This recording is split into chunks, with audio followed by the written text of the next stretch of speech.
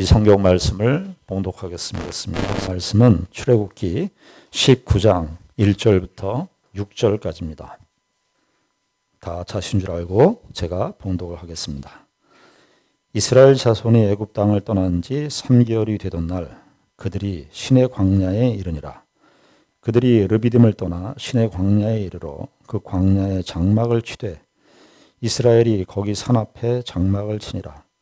모세가 하나님 앞에 올라가니 여호와께서 산에서 그를 불러 말씀하시되 너는 이같이 야곱의 집에 말하고 이스라엘 자손들에게 말하라.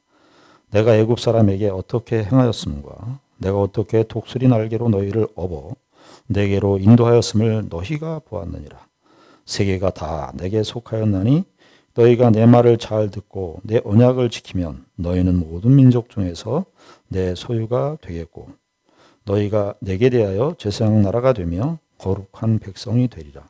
너는 이 말을 이스라엘 자손에게 전할지니라. 아멘.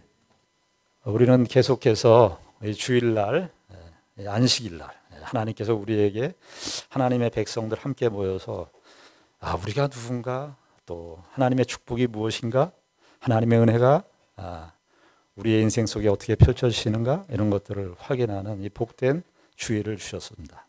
우리는 그 하나님의 역사 가운데, 하나님의 역사 가운데 하나님을 보여주신 내용이 뭐냐 하면 성경의 내용입니다. 근데 성경의 내용 가운데 하나님의 하나님 되심을 이렇게 웅장하고 드라마틱하게, 그리고 그의 백성들을 구원하시는 그 역사에 대해서 이렇게 온 우주를 동원해서, 온 세상을 다 동원해서 그 하나님의 백성을 인도하시는 그 장면들을 아주 잘 대표적으로 소개하고 있는 출애굽기의 말씀을 함께 생각하고 있습니다.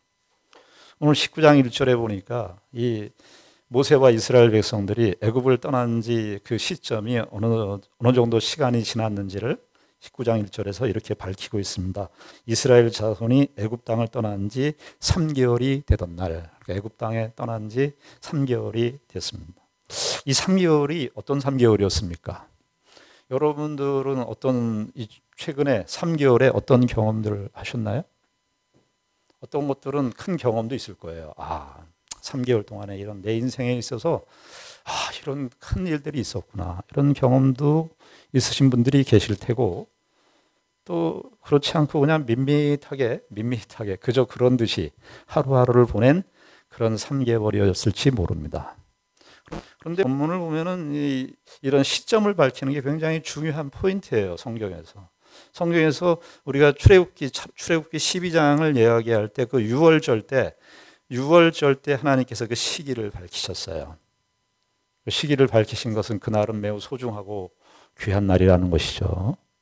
생일날도 소중하지 않습니까?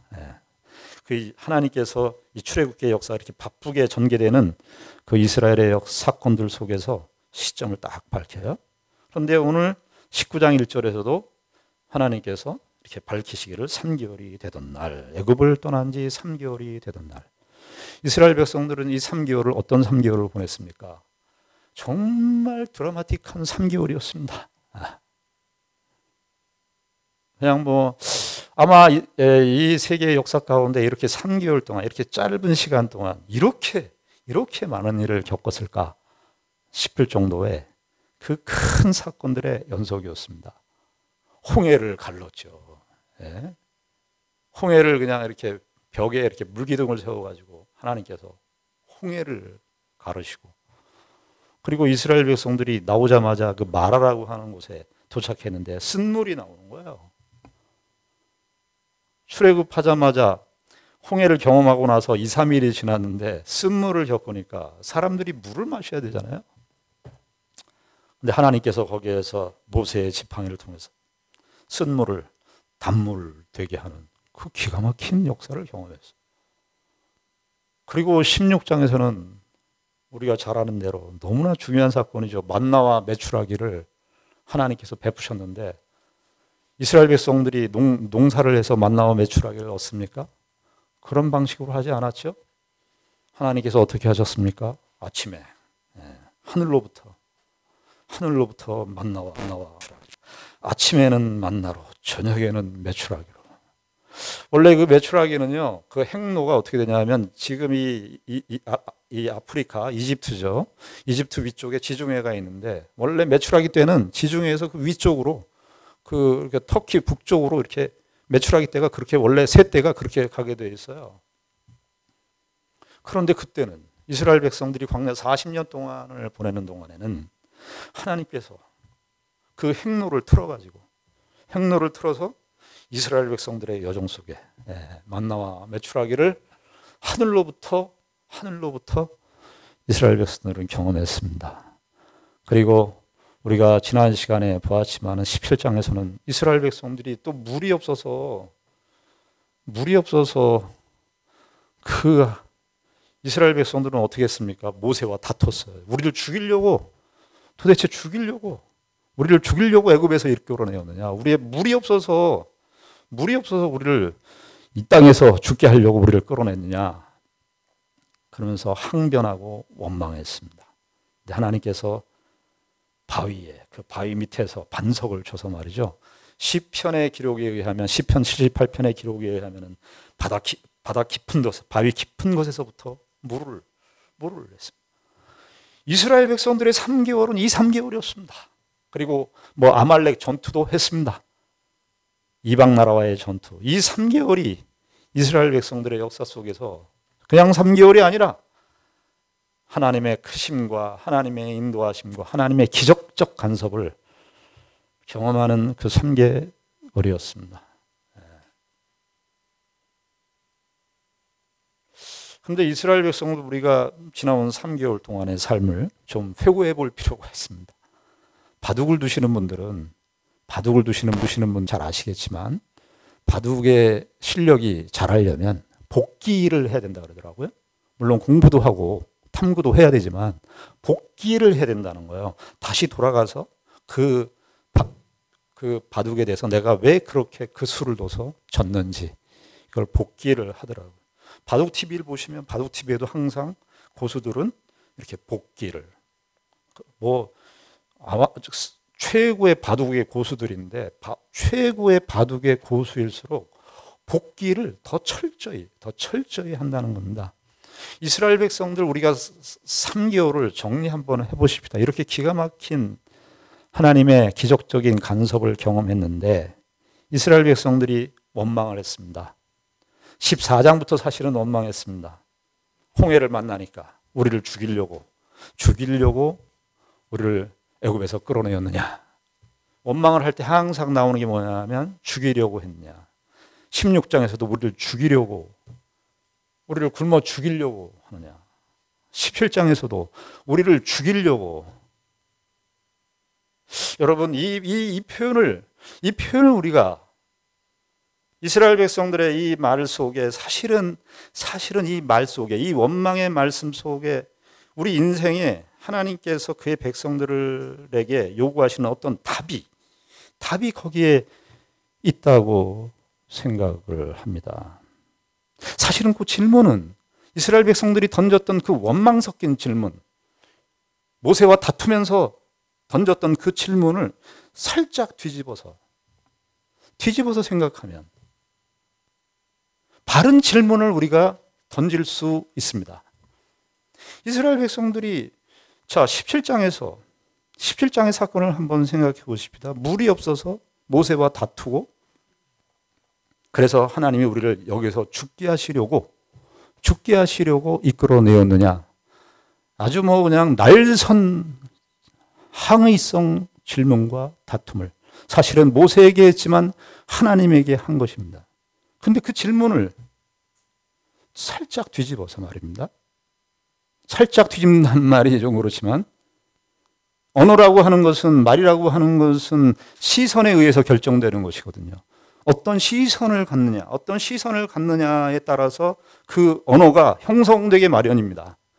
이스라엘 백성들이 그런 질문을 던졌던 그 시선은 어떤 시선이었을까? 이스라엘 백성들이 던졌던 질문은 한번 생각해 보시자고요.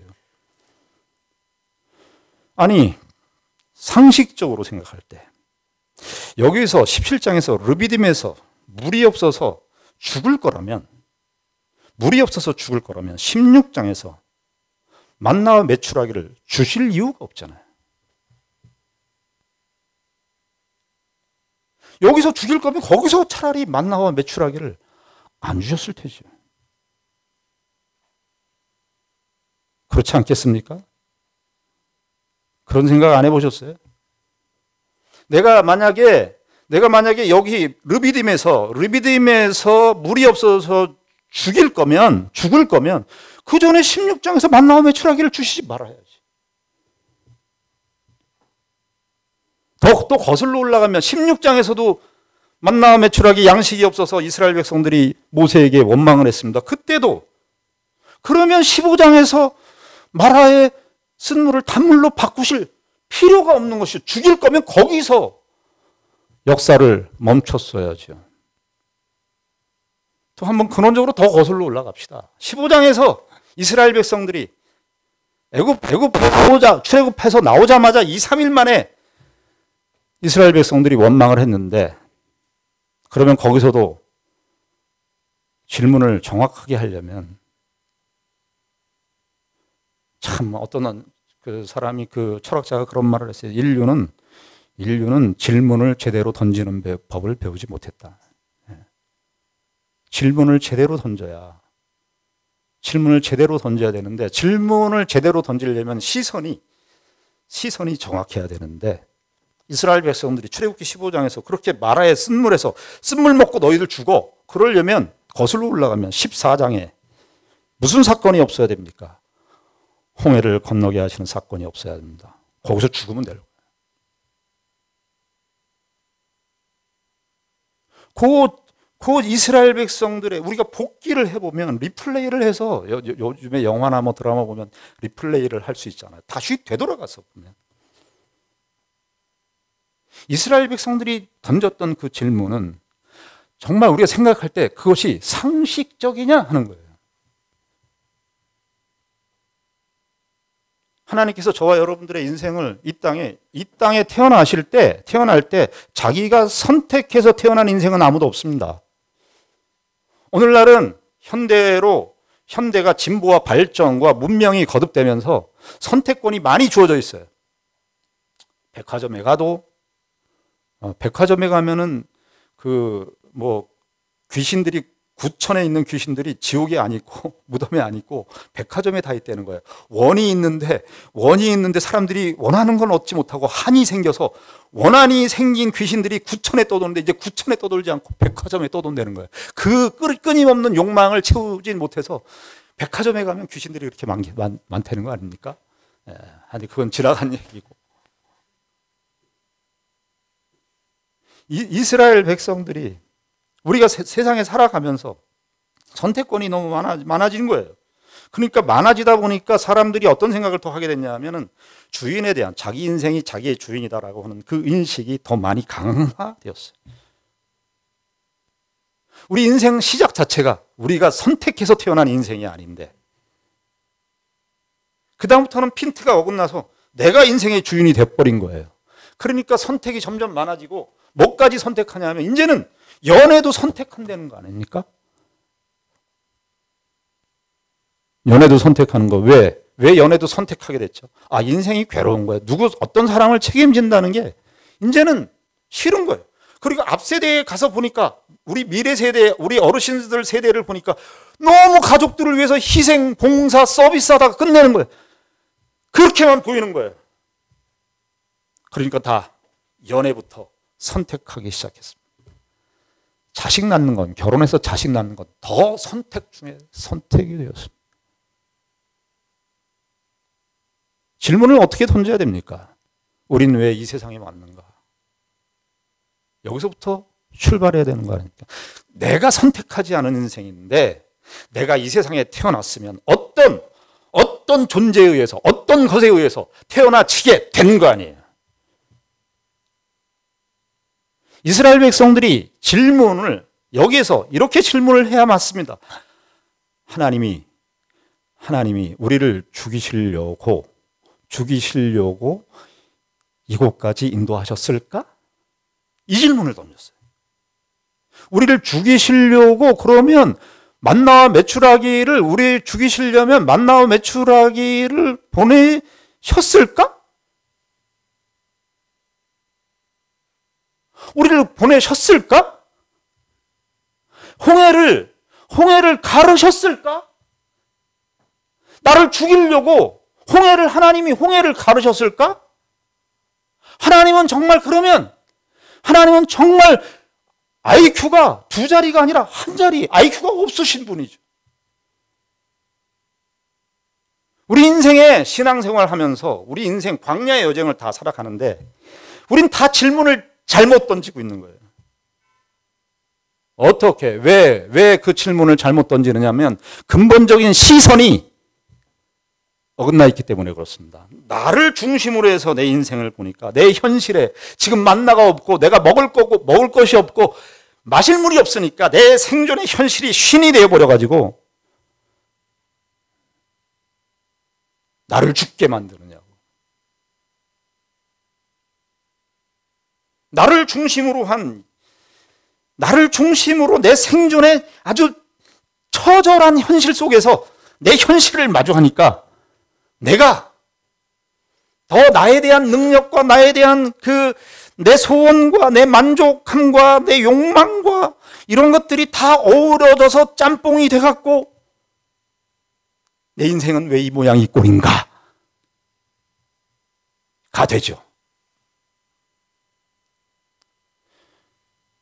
하나님의 시선으로 질문을 바꿔야 됩니다. 하나님은 왜 출애굽기의 문맥에서 보면 왜 고통받는 이스라엘 백성들, 노예 생활하고 있는 이스라엘 백성들을 왜 오셨을까? 왜 하나님은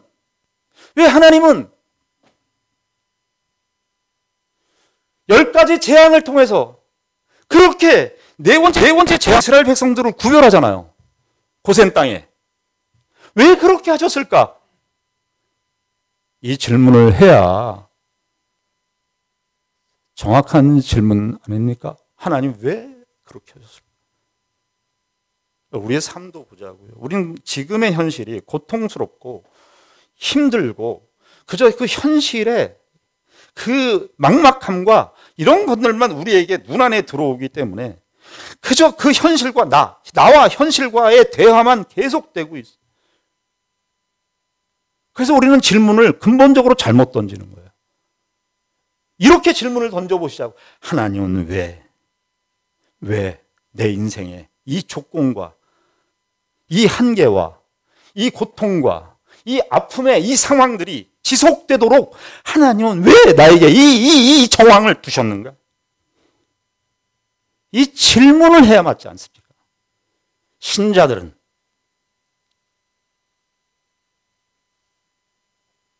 복귀를 해보자고.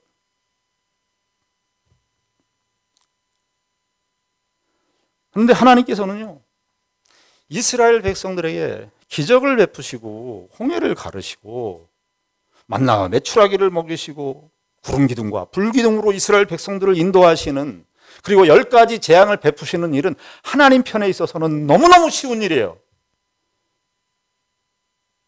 너무너무 쉬운 일입니다.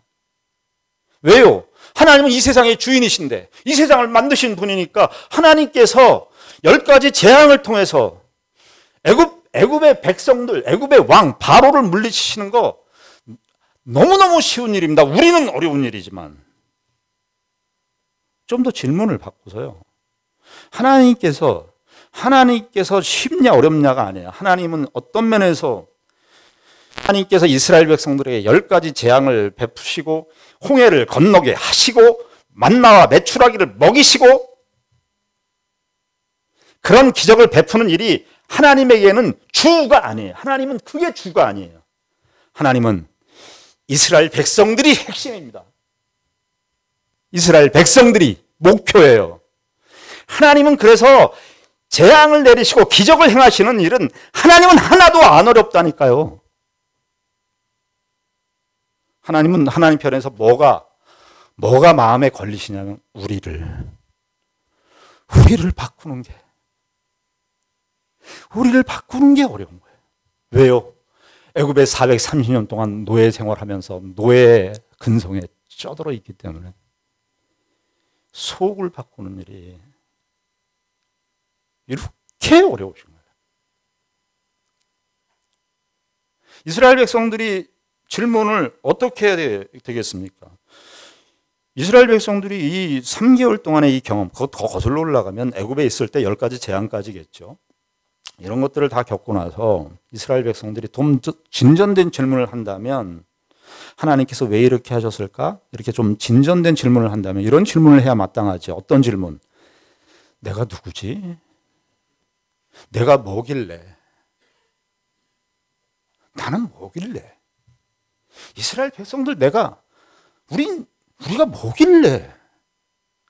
우리가 누구이길래 이 일을 행하시는가?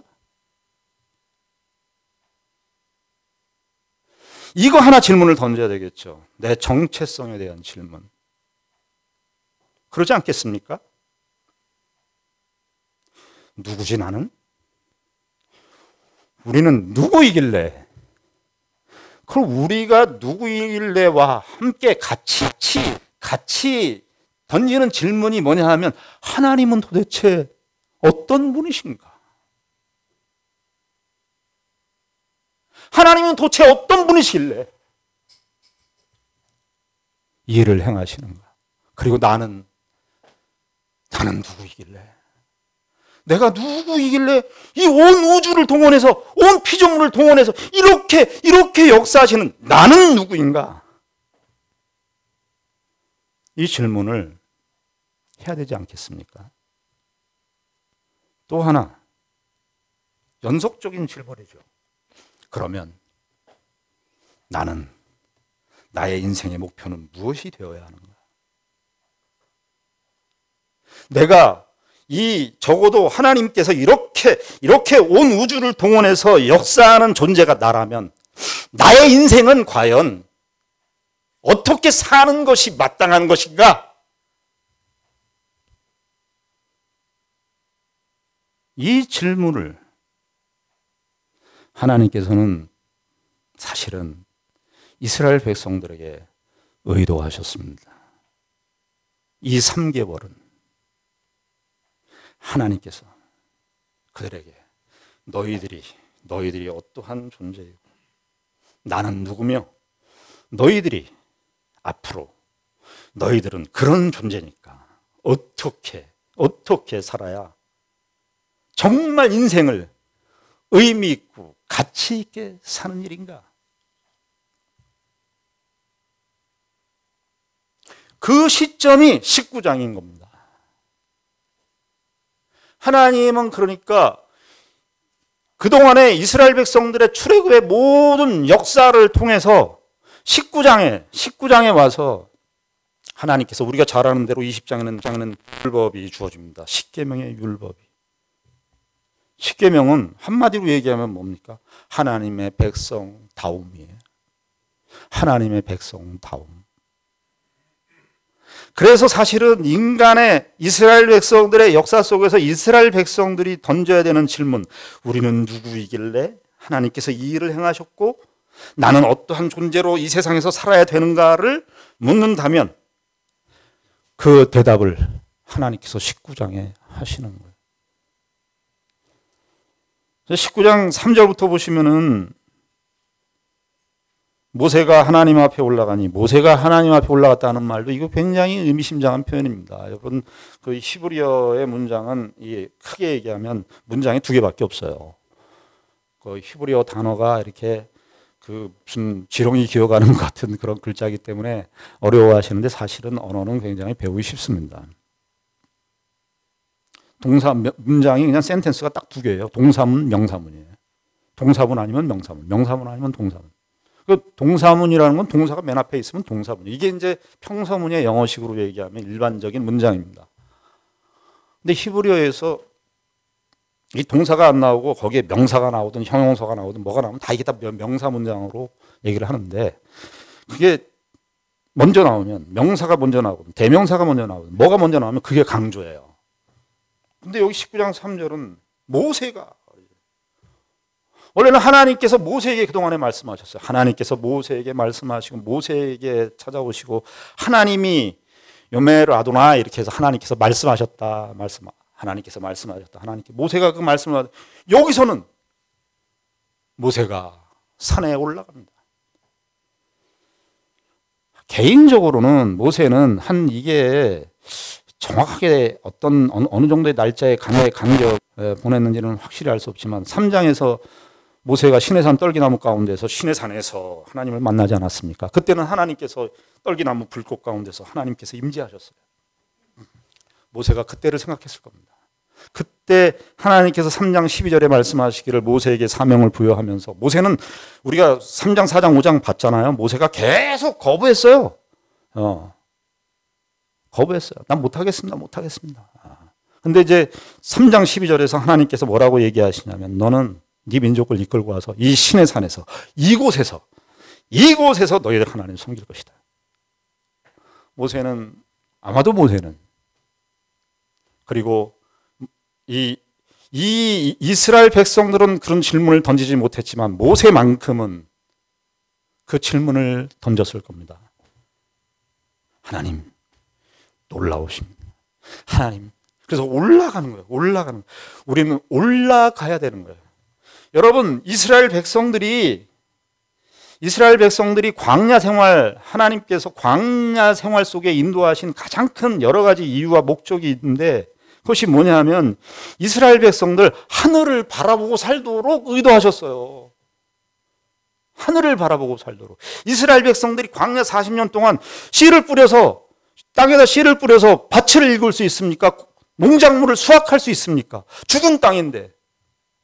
아무리 많은 씨를 뿌려도 나올 생산물을 수확할 수 있는 그 생명력이 완전히 죽은 땅이에요. 이스라엘 백성들은 노동도 하지를 못했습니다. 뭘 할 거예요? 장사를 할 거예요. 거기서 농사를 할 거예요. 이스라엘 백성들은 만나와 메추라기를 하늘로부터 먹었습니다. 모세가 올라가는 거예요. 모세가 올라간다. 이 한 개인의 모세가 올라가지만 이스라엘 백성들 전체가 다 너희 올라가라. 하나님의 음성을 들어라. 하나님 앞에 가라. 하나님께 물어라. 하나님을 신뢰해라. 너희들 좀 하나님을 좀 바라봐. 우리가 사는 이 세상이 너무 고도화되고요. 너무 물질주의화돼서 우리의 시선이 이 물질에 다 갇혀 있어요. 그래서 하늘을 못 봐요. 하늘을 못 봐. 광야만 보고 있어요. 그런데 여러분 한번 광야의 생활도 한번 생각해 보십시오. 이스라엘 백성들이 하나님께서 만나를 주셨습니다. 만나를 주셔서 만나를 먹으면 이스라엘 백성들만 먹었겠습니까? 가축들도 먹었을 거예요. 가축들도 세상에 그 하늘로부터 내리는 그 만나, 염소와 양도 그것을 먹었어요. 아마도 이스라엘 백성들은 물론 만나도 먹었지만 염소의 젖도, 양의 젖도 짜서 먹었을 거예요. 그런데 그 양과 염소의 젖은 어떻습니까? 만나를 먹은 양과 염소의 젖이에요. 세상에. 만나를 반석에서 그 깊은 반석에서 물을 가축들도 먹었을 거 아니에요. 그 반석의 물을, 생수 중에 생수인 반석의 물을 먹고 자란 양과 염소. 그 젖을 짜먹는 이스라엘 백성들. 여러분, 이 말이 그냥 상징적인 말이 아니에요. 모세가 나중에 40년 이후에 광야 2세대들에게 신명기의 말씀을 할 때 회고하면서 말씀하는 내용 중에 8장 4절에 이 말씀을 합니다. 이 40년 동안에 의복이 헤어지지 아니하였고, 의복이 헤어지지 않았죠. 왜냐하면 노동을 해야지 의복이 헤어지는데, 삽질을 하든 무슨 곡괭이질을 하든 뭘 해야 되는데, 해야지 뭐가 옷이 찢어지고 뭐 상하고 그래야 되는데, 이스라엘 백성들 옷이 해할 일이 없어요. 왜냐하면 만나와 메추라기를 하늘에서 주시니까. 옷이 의복이 헤어지지 아니하였고, 그 다음에 뭐라고 되어 있죠? 내 발이 부르트지 아니었어요. 부르트지 아니었다는 것은 건강 상태가 좋았다는 거예요. 만나만 먹은 게 아니라 만나를 먹은 그 양의 젖을 먹고 자랐으니까. 애들서부터 노인에 이르기까지. 여러분, 우리 예전에 우리 못 살았을 때 저희 학교 가면 기억나는 게 뭐냐면 어머니가 입학식 때 손수건을 큰 손수건을 다 다셨던 거 기억 안 나십니까? 학교 다닐 때? 그거 왜 달았어? 콧물이 자꾸 나오는 거예요. 왜 콧물이 나와요? 날씨가 추워서가 아닙니다. 날씨가 추워서가 아니고 영양 상태가 부족해서 그래요. 맨날 김치하고 고추장, 간장만 먹었기 때문에. 영양이 골고루 들어오지 않으니까 이게 콧물이 계속 흐르고 손이 트고 발이 부르텄어요. 동상도 걸리셨잖아요. 왜 그러냐 하면 영양 상태가, 이게 라떼 얘기인데 영양 상태가 고르지 않아서 그렇습니다. 지금은 그런 게 있습니까? 없죠. 이스라엘 백성들은요, 부르트지 않았어요. 더 물어봐야 되죠. 와, 우리는 왜 이런 은혜를 받고 사는가? 나는 그러면 뭔가? 하나님께서 그 얘기를 이 시점에서 딱 하는 거예요. 너희들은, 그리고 올라가는 거예요. 이스라엘 백성, 너희들 올라가라. 제 시편 새벽 예배 때 시편 설교하는데 시편 120편부터 134편까지가 성전에 올라가는 노래, 성전에 올라가는 노래. 성전에 올라가는 노래. 올라간다는 말이 계단의 노래인데 그 계단이 명사로 쓰면 그 계단인데 동사로 쓰면 여기 올라간다는 말과 같습니다. 올라가. 우리는 올라가야 돼.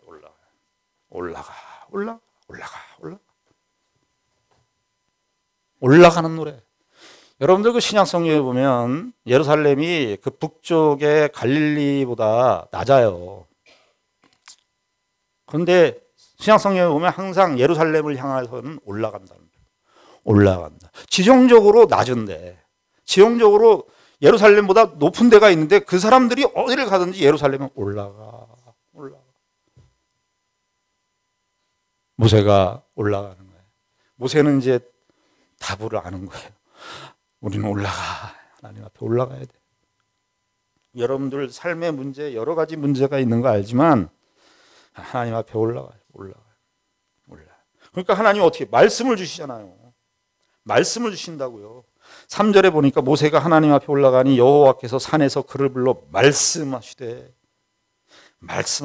너는 이같이 야곱의 집에 말하고 이스라엘 자손들에게 말하라. 하나님은 야곱의 집이라고 하는 것은 족장이에요.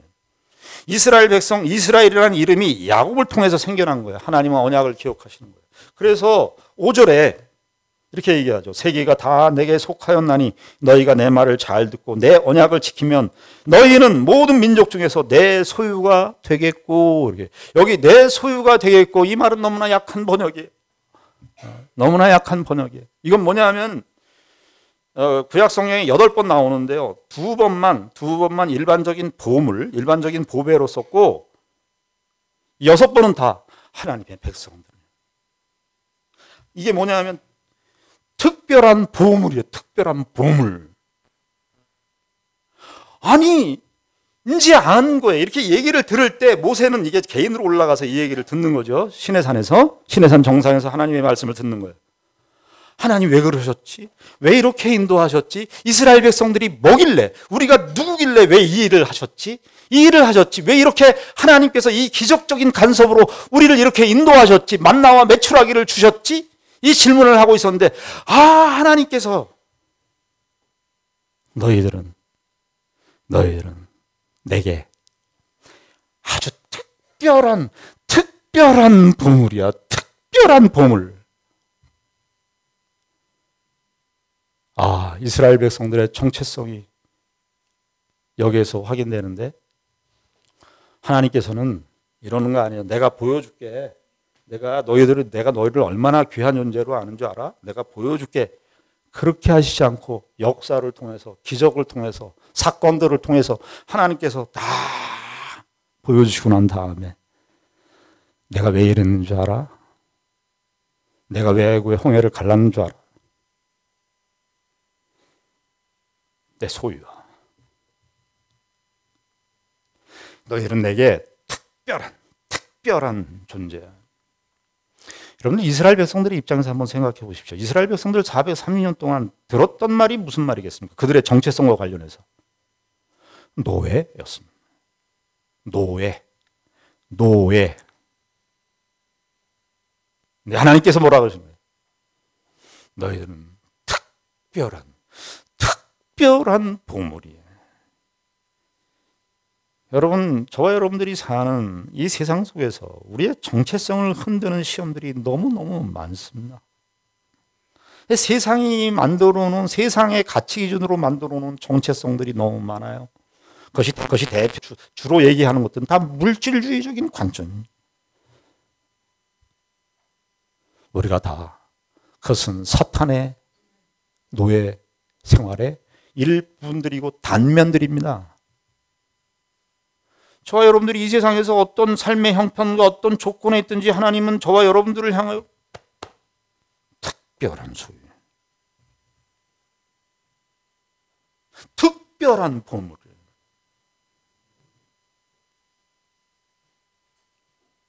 너무 예수 믿는 신자들이 세상에 눌려가지고 그냥 신앙이라는 건 그냥 지하실에 그냥 어디 이렇게 짱 박아 놓고 있다가 그냥 급할 때만 이렇게 살짝 부르고, 그리고는 신자들의 현실 속에서는 아무것도 적용이 안 돼요. 그저 애굽의 노예살이에 익숙한 그 패턴대로 살아가는 거예요.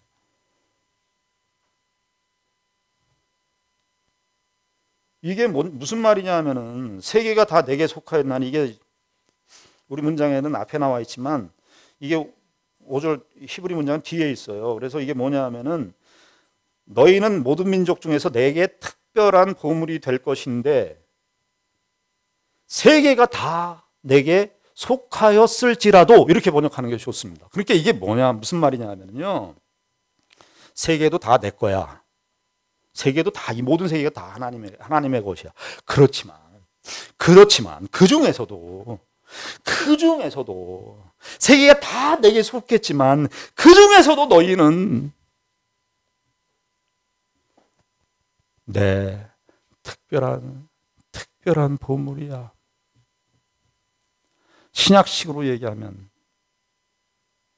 어떻게 얘기할 수 있습니까? 내가 너희들을 위해서 십자가로 예수 그리스도를 죽여서 십자가에 죽이실 만큼 너희들을 그렇게 사랑해.